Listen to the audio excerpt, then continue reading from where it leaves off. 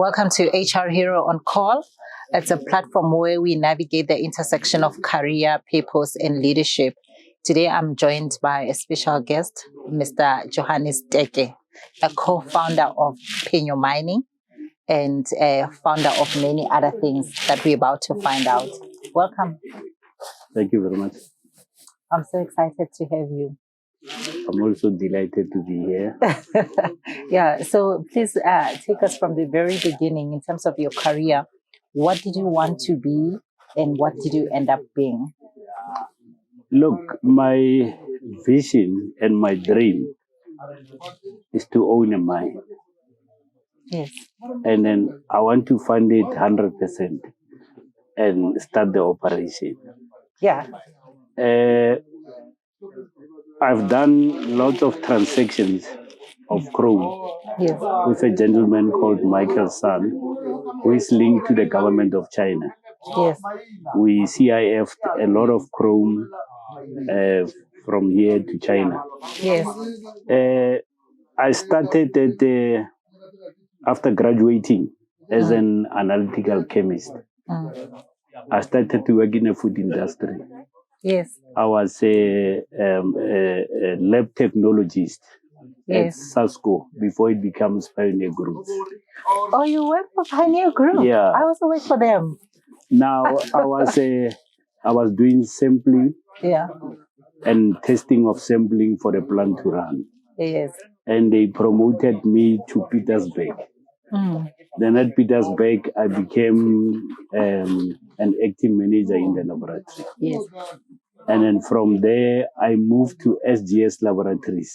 I was a senior lab technologist there. Yes. Then I worked for 2 years there. SGS was doing all the tests, mineral tests, food tests, soil tests, water tests. Then I know how to do all the tests. Yes. And then Pioneer Groups took me for a microbiology training to do microbiological tests. And then I also did milling technology. Wow. Yeah, then so you did entire value chain. Yeah. Yeah. Then from there, after resigning at the SGS, I started with Hector Mputle, the first company. Yes. Yeah, Mr. Mputle taught me how to do documents, how to negotiate a deal. Yes.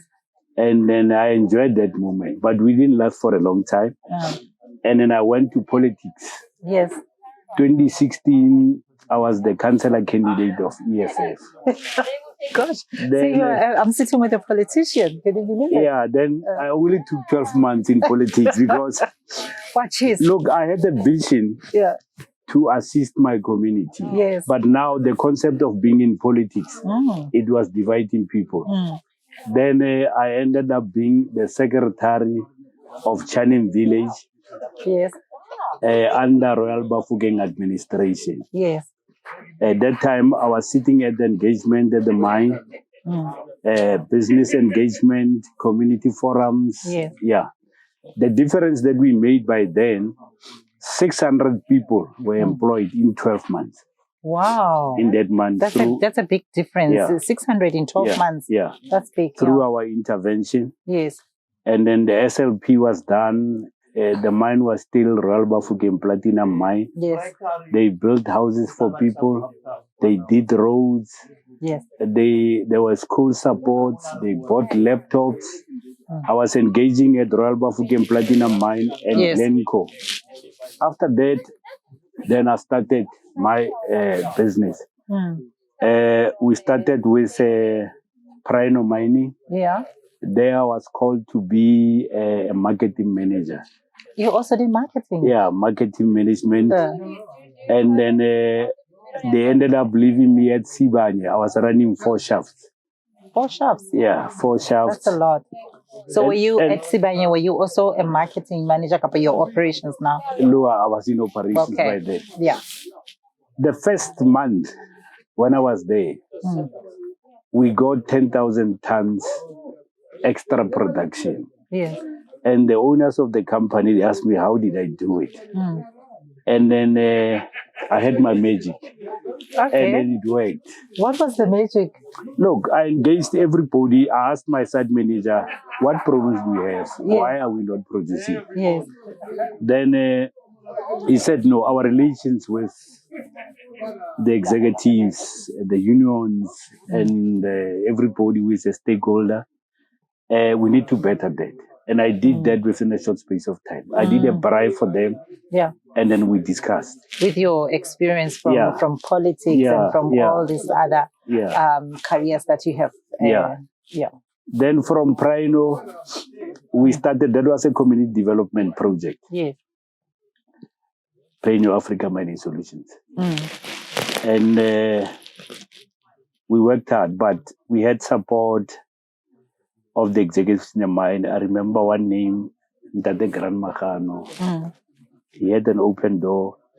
And then every night, I had a meeting with somebody who experienced with mining. In that meetings, I went with questions. And then they gave me answers. And so you were a sponge, you were absorbing information. Yeah, because you had a vision. Yeah. Then I learned a lot about mining. Yes. Today you can call any expert of the mining. You can discuss mining. You won't even think that I can do mining. The mining guru. Yeah. Okay, so let's talk about Phenyo Mining. What is it that you do?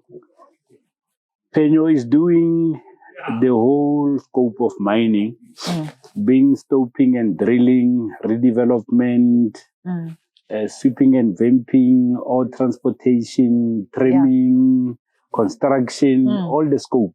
Oh. And Phenyo has got 1,300 employees. Wow, that's big. We have been mining for 6 months, not 6 months, 6 years. Yes. Successfully. We had challenges, but we could manage all sorts of challenges that are coming in any kind of business. We are 5. And then it's Lesego Sekano, Obrititi, Jopa Musweti, Koketso, Muimani. You know, a consortium is a very difficult thing. I can imagine.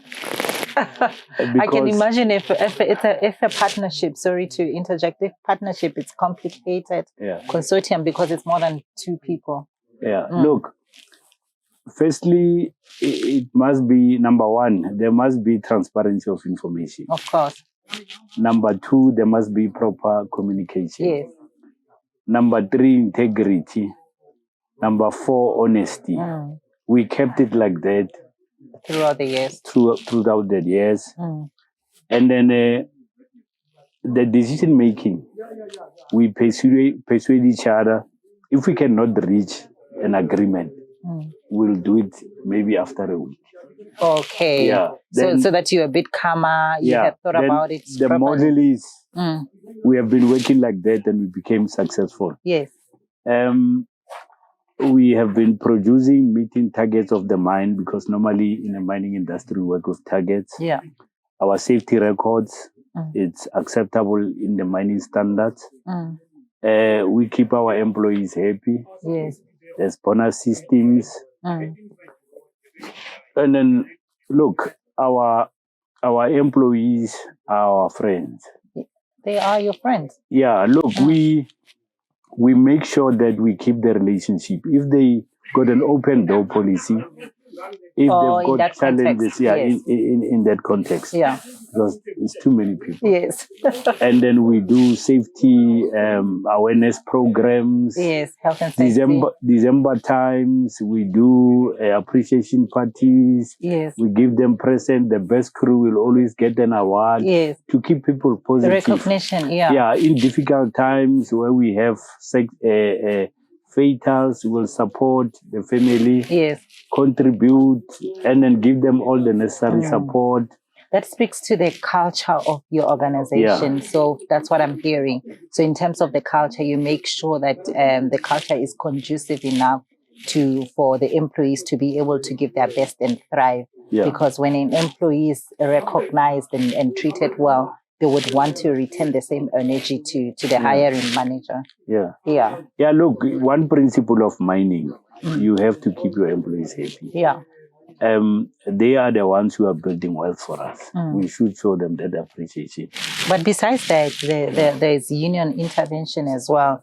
It can distract their operations if you're not making sure that you're providing a conducive environment for the employees because they're members of the union. Yeah, look, coming to the issue of trade unions, one basic factor of trade unions is to represent the interest of the employees. Yes. And then there are regulations and laws that govern that. Yeah. Being a company owner, you should stick to the law. Yes. And then you should know the law and you should practice the law. Yes. And then when you do that, you'll have a good relation to the union. Yes. It's how you manage that. Yeah. And then that can ease everything in the mining industry. Yeah. And you must also recognize and appreciate when the union has done well. Yes. And then we always keep them being part of the operations. Yeah. So I've seen what worked when I was working. I've worked with unions quite a lot. What worked for them, they always want to be included as part of the decision making, especially because they represent a number of employees. So how we would do that in the past as a HR executive, we would have monthly management meetings with the union. So this is where then we would discuss in terms of the plans that we have to just bring them to the part. And I think that understanding, it makes them buy into what needs to happen. And then it's easy. The relationship they feel respected as well. But if you don't do that, engage them proactively, they can reject unreasonably so sometimes what you put on their table. Yeah, look, that's the model that we use. Yeah. There's forums, they have meetings with the management, being the site manager, the HR manager, and the finance manager. Yeah. And there is a forum where they meet the directors. All of us, we meet the management, the union executives, and us as directors. Yeah. And then, look, if there is open communication, it makes things easier. And then any developments in the company, we notify them, we discuss, and then we look at the benefit of the employees. There's always a will, but it should be a reasonable issue that we are discussing. You understand? Yes. Looking at the financial position of the company and so forth and so forth. Yeah. Then you keep everything moving smooth when there is active communication, when there's transparency of information, and that's all. Okay. So from what you're saying, looking at the fact that you're running a complex operations or mining business, and you have successfully been running for 6 years, would you agree with me when I say you running a successful business? Yes. So what is the one thing that made you successful? Looking at the complexity of the products and services that you offer, having the employees and having the successful trade union relationship, what is your secret to keep this together and still make profit? Yeah, look, the people who are producing the production is the employees. Yes. You as a director, you always give the company a directive. And when the employees are happy, being happy meaning everybody should comply to the laws. You know, you must come for certain hours at the mine, and then safety compliance. And then if there's a good work done, it's appreciated. And then there's bonuses there. There's a present for the best performing crew. Yes. To recognize them and to recognize what they are doing. Yeah. And then we keep everybody positive. And if there is anything bad or wrong, it should be addressed on time with professionalism and integrity. Yeah. And we exercise compliance to labor laws at all times. Yeah. So basically, you're saying your employees are at the core of everything that you do. Yeah. You acknowledge that they are the asset, and therefore taking care of them is like taking care of your business. The business, yeah. Yeah. Yeah. Thank you so much. You're welcome. And I want to. Okay, you go ahead. The last one is from Phenyo. Yes. I started Bosuk Space. Oh. And Bosuk Space currently has got 3 workshops. Yes. And we have just built the 4th one. It's in a village at Babung. Then we are doing one workshop is doing drifters. Yes.